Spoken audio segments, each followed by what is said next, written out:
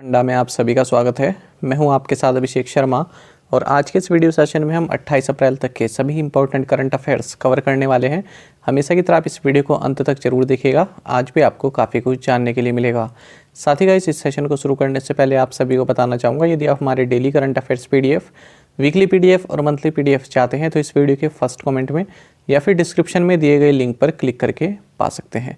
साथ ही आप Google play store से करंट अफेयर्स फंडा ऐप को भी इंस्टॉल कर लीजिए, क्योंकि जो भी हमारा PDF मटेरियल है जिसमें हम आपको करंट अफेयर्स के साथ साथ स्ट्रैटेजी के भी प्रोवाइड कराते हैं, ये सभी मटेरियल आपको हमारी करंट अफेयर्स फंडा ऐप पर ही उपलब्ध हो पाएगा। तो PDF कोर्स यदि आप बाय करना चाहते हैं तो लिंक आपको इस वीडियो के डिस्क्रिप्शन में मिल जाएगा, या फिर आप करंट अफेयर्स फंडा ऐप से भी डायरेक्ट हमारी PDF कोर्स को बाय कर सकते हैं। कोई भी यदि आपका डाउट है हमारे PDF कोर्स से संबंधित तो कमेंट बॉक्स में ज़रूर लिखिएगा। तो चलिए फिर करते हैं शुरुआत इस वीडियो सेशन की। सबसे पहले 27 अप्रैल को पढ़े गए करंट अफेयर्स क्विकली रिवाइज कर लेते हैं। India 21st world Congress of accountants इसको होस्ट करेगा। रिजर्व बैंक ऑफ इंडिया ने बैंक ऑफ महाराष्ट्र पर 1.12 करोड़ रुपीस की पेनल्टी लगाई है। यूक्रेन के प्रेसिडेंट वोलोदिमीर जेलेंस्की सहित 5 लोगों को John F Kennedy profile in courage award से सम्मानित किया जाएगा।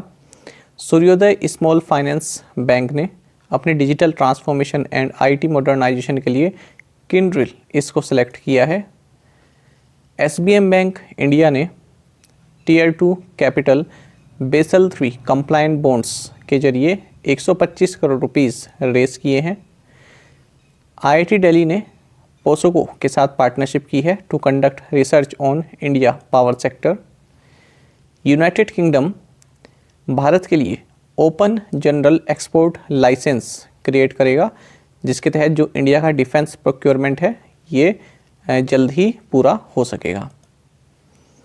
वर्ल्ड का लार्जेस्ट इलेक्ट्रिक 3 व्हीलर प्लांट ये तेलंगाना में सेटअप किया जाएगा। आपको जानना चाहिए बबीता सिंह को न्यू ग्लोबल पीस एम्बेसडर 2022 नामित किया गया है। अश्विन यर्ती इन्होंने यूनिसेफ युवा इसके जो बोर्ड है उसको एज अ को-चेयर ज्वाइन किया है। विवेक लाल ये एंटरप्रेन्योर लीडरशिप अवार्ड इनको दिया गया है by Indo American Chamber of Commerce. Tripura ने निक्सी CSC के साथ MOU साइन किया है to set up international data centre. आपको जानना चाहिए नीति आयोग और यूनिसेफ इंडिया ये दोनों ही मिलकर India's first report on state of India's children इसको डेवलप करेंगे। रिजर्व बैंक ऑफ इंडिया की गाइडलाइंस के अनुसार जो NBFCs अपेयर ले रहे हैं इन्हें रिस्क वेटेड असेट्स का कम से कम 9% common equity Tier 1 ratio maintain रखना चाहिए। इंडिया का first ever 100% digital bus service ये मुंबई में लॉन्च हुई है। चलिए अब देखते हैं 28 अप्रैल तक के सभी महत्वपूर्ण current affairs. Which of the following has become the first private bank to open a branch in the Lahaul and Spiti district of Himachal Pradesh? निम्नलिखित में से कौन हिमाचल प्रदेश की लाहौल और स्पीति जिले में शाखा खोलने वाला पहला निजी बैंक बन गया है? ऑप्शंस आपके सामने हैं। सही आंसर ऑप्शन डी रहेगा, HDFC bank. We understand your word. चले जानते हैं इसके बारे में। तो HDFC बैंक ने केलोंग में अपनी पहली ब्रांच ओपन की है और इसी के साथ हिमाचल प्रदेश के लाहौल एंड स्पीति डिस्ट्रिक्ट में अब कोई ब्रांच खोलने वाला ये पहला प्राइवेट सेक्टर बैंक बन गया है। तो ये जो केलोंग है ये लाहौल एंड स्पीति डिस्ट्रिक्ट के अंतर्गत आता है। तो इससे पहले यहाँ पर इस डिस्ट्रिक्ट में किसी भी प्राइवेट जो सेक्टर बैंक है इनकी ब्रांच नहीं है, तो अब HDFC बैंक की ब्रांच यहाँ पर खुली है। आपको जानना चाहिए हाल ही में national rural livelihood mission ministry of rural development द्वारा SHG self help group linkage में बेस्ट परफॉर्मिंग बैंक डिक्लेयर किया गया है HDFC बैंक को। साथ ही अगर हम हाल ही के करंट अफेयर्स देखें जो हमने HDFC बैंक से संबंधित पढ़े हैं जो कि काफ़ी महत्वपूर्ण है, आपको जानना चाहिए हाल ही में रिजर्व बैंक ऑफ इंडिया ने HDFC बैंक के डिजिटल 2.0 इस प्रोग्राम से रिस्ट्रिक्शंस हटा ली है। HDFC बैंक इंदौर में एशिया के largest waste to energy plant इसको फाइनेंस कर रहा है। आपको जानना चाहिए कि HDFC बैंक और शॉपर्स स्टॉप इन दोनों ने मिलकर को ब्रांडेड क्रेडिट कार्ड्स लॉन्च किए हैं। Euromoney private banking and wealth management survey 2022 में HDFC बैंक को सुपर एफ्लुएंट कैटेगरी में नंबर 1 बैंक बताया गया है। और साथ ही एक्सपोर्ट को प्रमोट करने के लिए और डिजिटल ट्रांजैक्शंस को स्मूथ बनाने के लिए HDFC बैंक और स्पाइस पोर्ट इंडिया ने मिलकर स्पाइस एक्सचेंज इंडिया लॉन्च किया है। तो ये सभी करंट अफेयर्स हम MCQ फॉर्मेट में भी पढ़ चुके हैं, यहाँ पर आपके रिवीजन पर्पस के लिए बताए गए हैं। Ken Tanaka world's oldest person has died at what age? दुनिया की सबसे बुजुर्ग इंसान केन तनाका का किस उम्र में निधन हो गया है? ऑप्शंस आपके सामने हैं। सही आंसर ऑप्शन सी रहेगा 119। तो देखिए जापानीज विमेन रही है केन तनाका और वर्ल्ड की ओल्डेस्ट पर्सन रही और इनका 119 साल की उम्र में निधन हो गया है। आपको बता दें 2 जनवरी 1993 को जापान के फुकुओका रीजन में इनका जन्म हुआ था और साल 2019 में गिनीज वर्ल्ड रिकॉर्ड्स में इनका नाम दर्ज किया गया था as the world's oldest living person. तो अब इनकी डेथ के बाद फ्रेंच नन है लुसिल रैंडन, तो ये वर्ल्ड की ओल्डेस्ट नॉन पर्सन बन गई हैं। इनकी जो है एज है ये 118 वर्ष है। Lieutenant general Gurmeet Singh retired who is the governor of which state flagged of the BRO at 63 multi dimensional expedition? पूछ रहे हैं कि लेफ्टिनेंट जनरल गुरमीत सिंह सेवानिवृत्त जो किस राज्य के गवर्नर हैं, इन्होंने BRO at 63 बहुआयामी अभियान को हरी झंडी दिखाई है। ऑप्शंस आपके सामने हैं और सही आंसर ऑप्शन सी रहेगा उत्तराखंड। तो देखिए उत्तराखंड राज्य के गवर्नर हैं lieutenant general Gurmeet Singh, retired हैं ये। इन्होंने देहरादून से BRO at 63 इस तरह की एक मल्टी डायमेंशनल एक्सपीडिशन यानी कि रैली को हरी झंडी दिखाई है और ये हो रहा है आपका 7 मई 2022 को जो आपका BRO का 63rd रेजिंग डे मनाया जाएगा, उसके उपलक्ष्य में रैली आयोजित की गई है। India's first Amrit Sarovar developed in which state? Bharat का पहला अमृत सरोवर किस राज्य में विकसित हुआ है? ऑप्शंस आपके सामने हैं। सही आंसर ऑप्शन सी रहेगा उत्तर प्रदेश। देखिए इंडिया का फर्स्ट अमृत सरोवर ये उत्तर प्रदेश के रामपुर की जो ग्राम पंचायत है पटवाई, इसमें कंप्लीट किया गया है। तो देखिए अमृत सरोवर इनिशिएटिव के तहत हर एक डिस्ट्रिक्ट में 75 वाटर बॉडीज़ को डेवलप किया जाएगा, रिजुनेट किया जाएगा, यानी कि यदि उनकी जो दशा है वह खराब हुई है तो उनको सही किया जाएगा, यदि बिल्कुल सूखे हैं तो उनमें पानी की व्यवस्था कराई जाएगी। और ये सब हो रहा है आज़ादी का अमृत महोत्सव के तहत। तो रामपुर में भी 75 पॉन्ड्स को जो है सिलेक्ट किया गया है, ठीक है, ताकि उनको डेवलप किया जा सके एज अमृत सरोवर। बाकी आपको जानना चाहिए आज़ादी का अमृत महोत्सव, ये हम काफ़ी सुन रहे हैं। तो देखिए आज़ादी का अमृत महोत्सव हम इसलिए मना रहे हैं क्योंकि अपनी जो स्वतंत्रता है उसके 75 साल पूरे होने के उपलक्ष्य में हम आज़ादी का अमृत महोत्सव मना रहे हैं। ये जो पूरा महोत्सव है 12 मार्च 2021 से शुरू हुआ और 15 अगस्त 2023 तक ये चलने वाला है। 5 थीम इसके रहेंगे, ये आपके लिए महत्वपूर्ण है। Freedom struggle, idea at 75, resolve at 75, actions at 75 and achievements at 75। तो इस तरह से आप देख सकते हैं ये 5 थीम महत्वपूर्ण है, याद रखिएगा। Which Indian table tennis player bagged his 10th title in the men's finals of the Senior National Table Tennis Championship? किस भारतीय टेबल टेनिस खिलाड़ी ने senior national table tennis championship के पुरुष फाइनल में अपना 10वां खिताब जीता है? ऑप्शंस आपके सामने हैं। सही आंसर ऑप्शन सी रहेगा शरत कमल।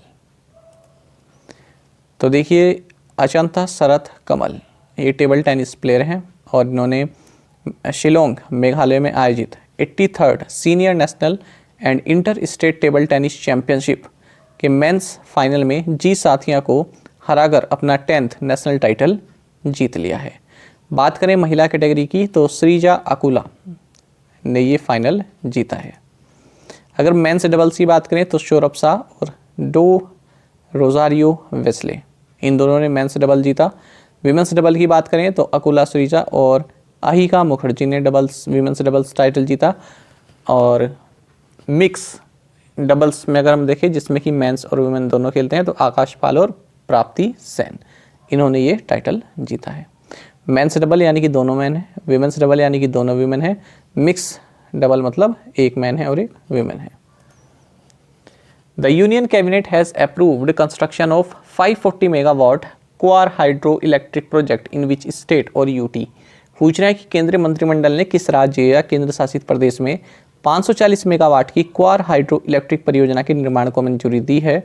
ऑप्शंस आपके सामने है, सही आंसर ऑप्शन डी रहेगा, जम्मू एंड कश्मीर। देखिए इस तरह की जो इमेज होती है ना, ये आपकी ट्विटर पर यदि आपने PIB को फॉलो किया हुआ है या फिर मिनिस्ट्रीज़ को फॉलो किया हुआ है, वहाँ पर आती रहती है। इसमें क्या होता है ना, समराइज़ हो जाता है ये सारी चीज़ें अच्छे से, आप जो है लास्ट टाइम में रिवाइज़ भी कर सकते हैं यदि आप इस तरह के इमेजेस को सेव करते चलें अपने गैलरी में।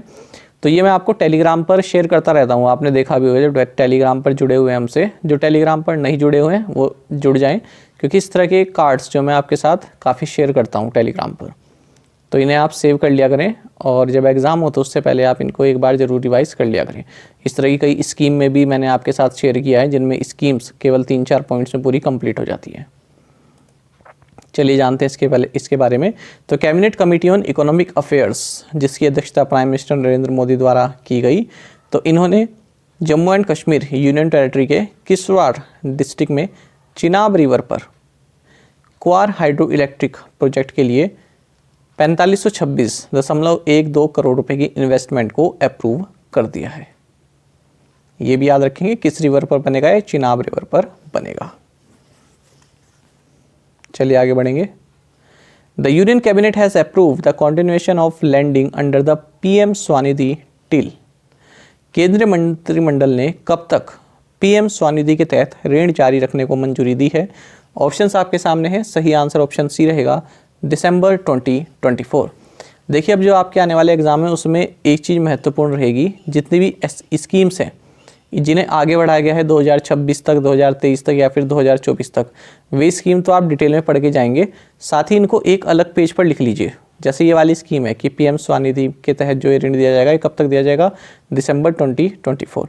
इसी तरह से बाकी और भी जो हमने स्कीम्स पढ़ी है ना, जिनके पास हमारी PDF है मंथली, तो उसमें से आप जो है थोड़ी मेहनत तो देखिए आपको करनी पड़ेगी खुद से भी, तो उसमें से पॉइंट्स निकालिए कौन कौन सी इस तरह की हैं और जो एक के बाद एक लिखते रहिए। तो इस तरह से आप जो है 7, 8 या फिर 10 जितनी भी स्कीम आएंगी, स्कीम का नाम लिखिए और कब तक उनको एक्सटेंड कर दिया गया है आगे ये भी लिखिए डैश लगाकर, 2024 तक, 2026 तक या फिर 2023 तक। तो यहाँ से क्वेश्चन जरूर पूछे जाएंगे, याद रखिएगा और उन स्कीम्स के बारे में भी पढ़ लीजिएगा। तो कैबिनेट ने जो prime minister street vendors Atmanirbhar Nidhi यानी कि PM स्वनिधि, इसके तहत जो ऋण दिया जाता है उसको दिसंबर 2024 तक जो है जारी रखने की मंजूरी दे दी है। आपको जानना चाहिए कि PM street vendors Atmanirbhar Nidhi यानी PM स्वनिधि, ये स्कीम 1 जून 2020 को ministry of housing and urban affairs द्वारा लॉन्च की गई थी, जिसमें जो स्ट्रीट वेंडर्स हैं उनको लोन अमाउंट प्रोवाइड की जाती है। तो देखिए इस स्कीम का मकसद ये है कि जो 50 लाख स्ट्रीट वेंडर्स हैं अर्बन एरियाज़ में या फिर रूरल एरियाज़ में, पेरी अर्बन या फिर रूरल एरियाज़ में या फिर अर्बन एरियाज़ में, तीनों अर्बन एरियाज़, पेरी अर्बन या रूरल एरियाज़, ठीक है। तो इन सभी में जो 50 लाख स्ट्रीट वेंडर्स हैं उनको 10,000 रुपये का कोलेटरल फ्री लोन दिया जाए, है ना, कुछ भी गिरवी ना रखना पड़े। और इसका जो टेन्योर रहेगा लोन का, ये रहता है 1 साल का। देखिए पेंडेमिक के कारण जो स्ट्रीट वेंडर्स हैं जो रेडी वगैरह लगाते हैं, तो उनके साथ क्या हुआ है, उनका जो है पूरा मामला ही ठप हो गया, उनका बिजनेस पूरा जो है चौपट हो गया एक तरह से। तो फिर से वो अपने उस बिजनेस को खड़ा कर सकें, अपने काम को खड़ा कर सकें, इसलिए उनको 10,000 रुपये का लोन दिया जा रहा है।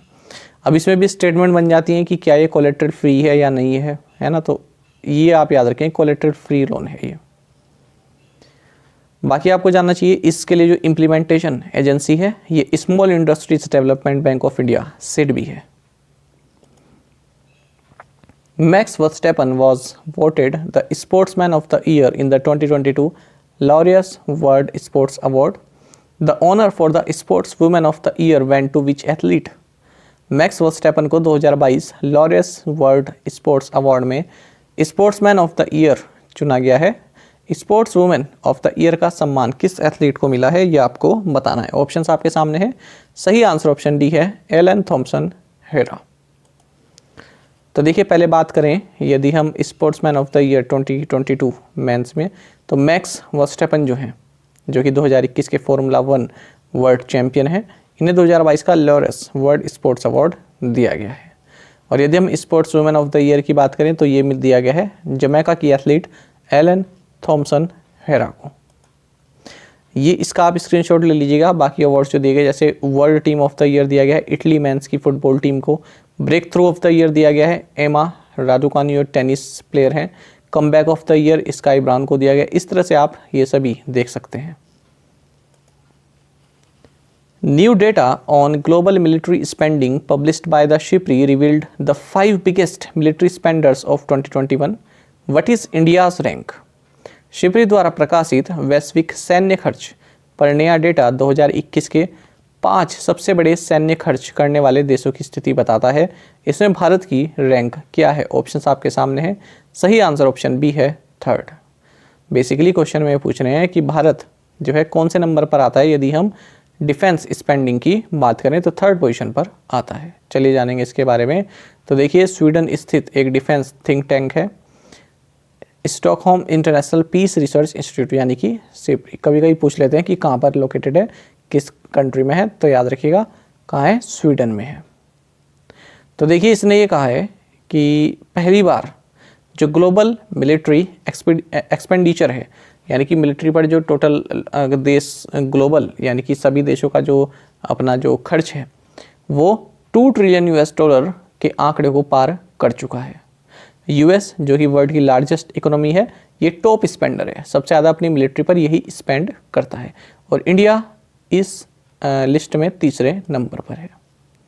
तो देखिए 2021 में 0.7% इंक्रीज़ हुआ है ग्लोबल मिलिट्री एक्सपेंडिचर और ये पहुंच गया है 2113 बिलियन US डॉलर का। ग्लोबल मिलिट्री एक्सपेंडिचर की हम बात कर रहे हैं।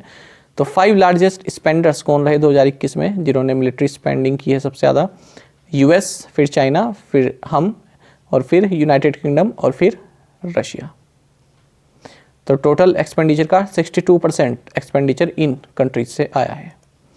बात करें इंडिया की, तो इंडिया का जो मिलिट्री एक्सपेंडिचर है ये 2021 में 76.6 बिलियन US डॉलर पहुंच गया है, यानी कि 2020 के मुकाबले 0.9% की वृद्धि देखने के लिए मिली है। बात करें अगर 2017 से 2021 के बीच में, तो भारत का जो डिफेंस एक्सपोर्ट है, यानी कि हम जो डिफेंस संबंधित इक्विपमेंट या वेपन्स जो दूसरे देशों को देते हैं, उसमें सबसे ज़्यादा हमने म्यांमार को दिया है, श्रीलंका को दिया है, आर्मेनिया को दिया है। Which team defeated Borussia Dortmund 3-1 to win their 10th consecutive Bundesliga title? Options आपके सामने हैं। पूछ रहे हैं कि किस टीम ने बोरुसिया डॉर्टमुंड को 3-1 से हराकर लगातार 10वां बुंडेसलीगा खिताब जीता है। ऑप्शंस आपके सामने हैं। सही आंसर ऑप्शन सी रहेगा, बायर्न म्यूनिक। तो बायर्न म्यूनिक इन्होंने बोरुसिया डॉर्टमुंड इनको 3-1 से हराकर लगातार 10वां और ओवरऑल 31वां बुंडेसलीगा टाइटल जीत लिया है। आपको बता दें जो ये बुंडेसलीगा है ये एक प्रोफेशनल एसोसिएशन फुटबॉल लीग है जो कि जर्मनी में खेली जाती है। The prime minister Narendra Modi addressed the opening of Shri Sathya Sai Sanjeevani children's heart hospital in which country? PM Narendra Modi ने किस देश में Shri Sathya Sai Sanjeevani children heart hospital के उद्घाटन को संबोधित किया है? ऑप्शंस आपके सामने है। सही आंसर ऑप्शन ए है, फिजी। तो देखिए फिजी की कैपिटल है सुवा और यहाँ पर श्री सत्य साई संजीवनी हॉस्पिटल ये खुला है और इसमें भारत की जो है असिस्टेंस इसमें रही है। ठीक है, मॉनेटरी भारत ने इसका जो है इसमें पैसे दिए हैं इसको बनाने में। तो प्राइम मिनिस्टर नरेंद्र मोदी द्वारा इसकी जो ओपनिंग सेरेमनी है उसको संबोधित किया गया है। फिजी ये साउथ पैसिफिक में स्थित है। कैपिटल इसकी सुवा है। कैपिटल पर ध्यान दीजिएगा, कई बार पूछी जाती है सी कैपिटल। सुवा किस देश की कैपिटल है? करेंसी है फिजियन डॉलर। ये है फिजी, ये है यहाँ पर हम। प्राइम मिनिस्टर है Frank Bainimarama. The union cabinet has accorded approval to the opening of a new Indian mission in which country. केंद्रीय मंत्रिमंडल ने किस देश में नया भारतीय मिशन खोलने को मंजूरी दी है? ऑप्शन आपके सामने है। सही आंसर ऑप्शन डी रहेगा, लिथुआनिया। तो यह है लिथुआनिया, आप देख सकते हैं यूरोप में।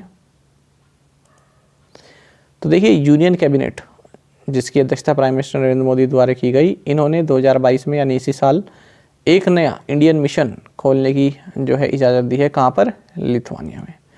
लिथुआनिया की बात करें तो कैपिटल विल्नियस है, करेंसी यूरो है।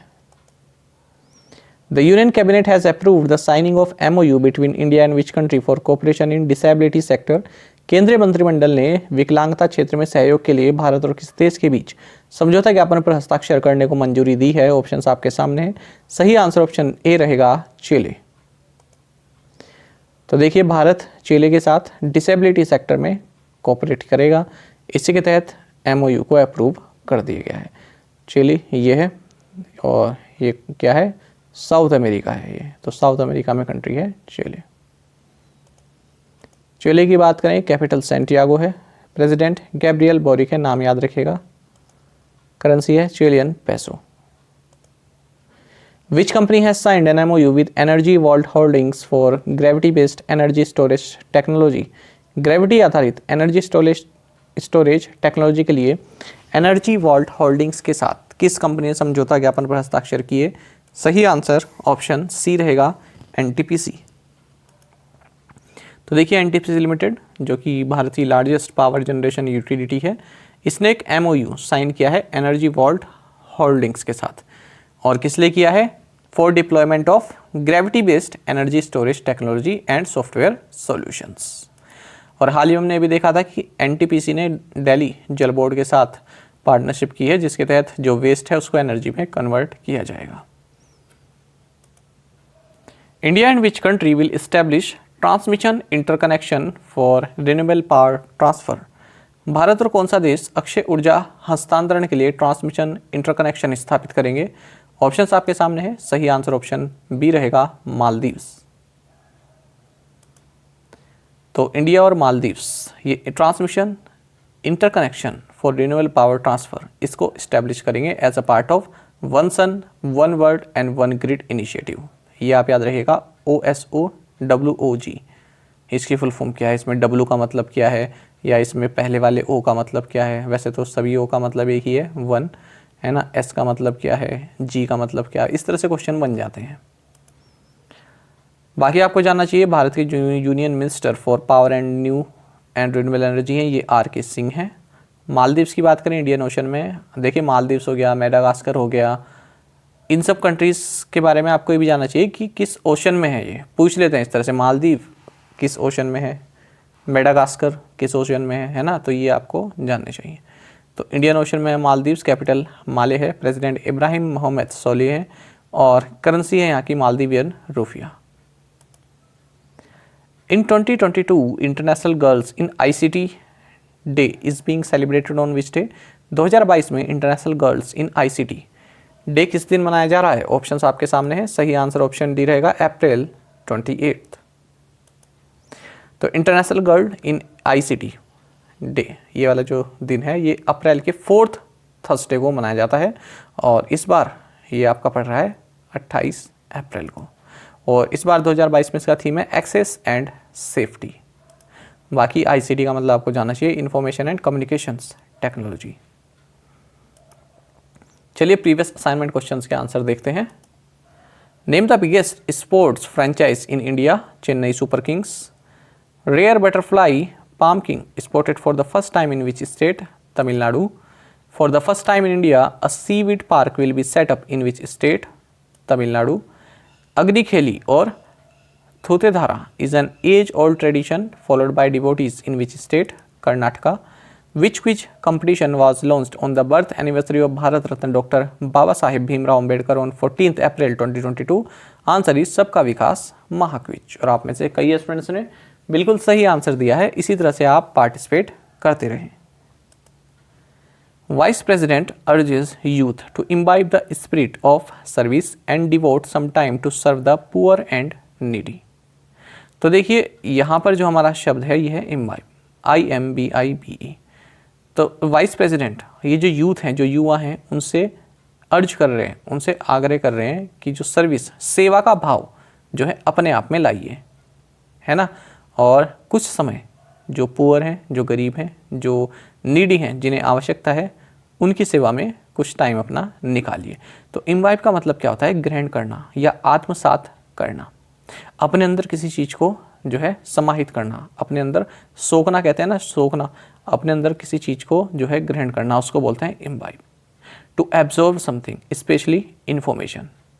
जैसे देखें, all his books reflect the ideas he imbibed in his youth as a university student. कोई व्यक्ति है, उसने कई सारी बुक्स लिखी हैं, तो उसकी बुक्स में ये पता चलता है, वो सभी आइडियाज़ पता चलते हैं जो उसने अपनी जवानी के दिनों में ग्रहण किए। देखिए, न्यूज़पेपर में आपको और भी मिलते रहेंगे इस तरह के इससे संबंधित sentence. Imbibe Vivekananda spirit of tolerance. तो विवेकानंद की जो स्पिरिट रही टॉलरेंस की, सहनशीलता की, उसको इम्बाइब करें। प्राइम मिनिस्टर नरेंद्र मोदी ये कह रहे हैं, ठीक है। तो इम्बाइब करने आदमी उसको अपने आत्मसात करें, अपने अंदर लाएं उस स्पिरिट को। Young graduates told to imbibe a sense of nationalism to emerge as future leaders. तो यहाँ पर कर्नाटक में किसी यूनिवर्सिटी का कॉन्वोकेशन सेरेमनी चल रही है, तो वहाँ के गवर्नर कह रहे हैं कि जो यंग ग्रेजुएट्स हैं उनको कहा उन्होंने कि नेशनलिज्म, राष्ट्रीयता की भावना को अपने अंदर लाइए, इम्बाइब कीजिए, है ना, ताकि आप फ्यूचर लीडर्स के तौर पर इमर्ज हो सकें। अच्छा, कल एक बहुत प्यारा कमेंट आया है, ये भी देखते हैं। Honestly when I first saw vocab section on your news, तो मैं स्किप कर देता था, फिर I started to take screenshot, फिर कुछ वर्ड्स मॉक में दिखे, ये काफ़ी महत्वपूर्ण है, फिर कुछ वर्ड्स मॉक, ये मॉक टेस्ट में लगाए होंगे, मॉक में दिखे और न्यूज़पेपर में दिखे, तब इनकी इम्पोर्टेंस समझ में आई। Thanks for your effort. तो देखिए, यही कहानी कई एस्पिरेंट्स की है। पहले स्किप किया उन्होंने, लेकिन धीरे धीरे वो लोग जो है इस चीज़ की अहमियत समझते रहे। ये बहुत महत्वपूर्ण है जो ये इंग्लिश का सेशन लेके आते हैं।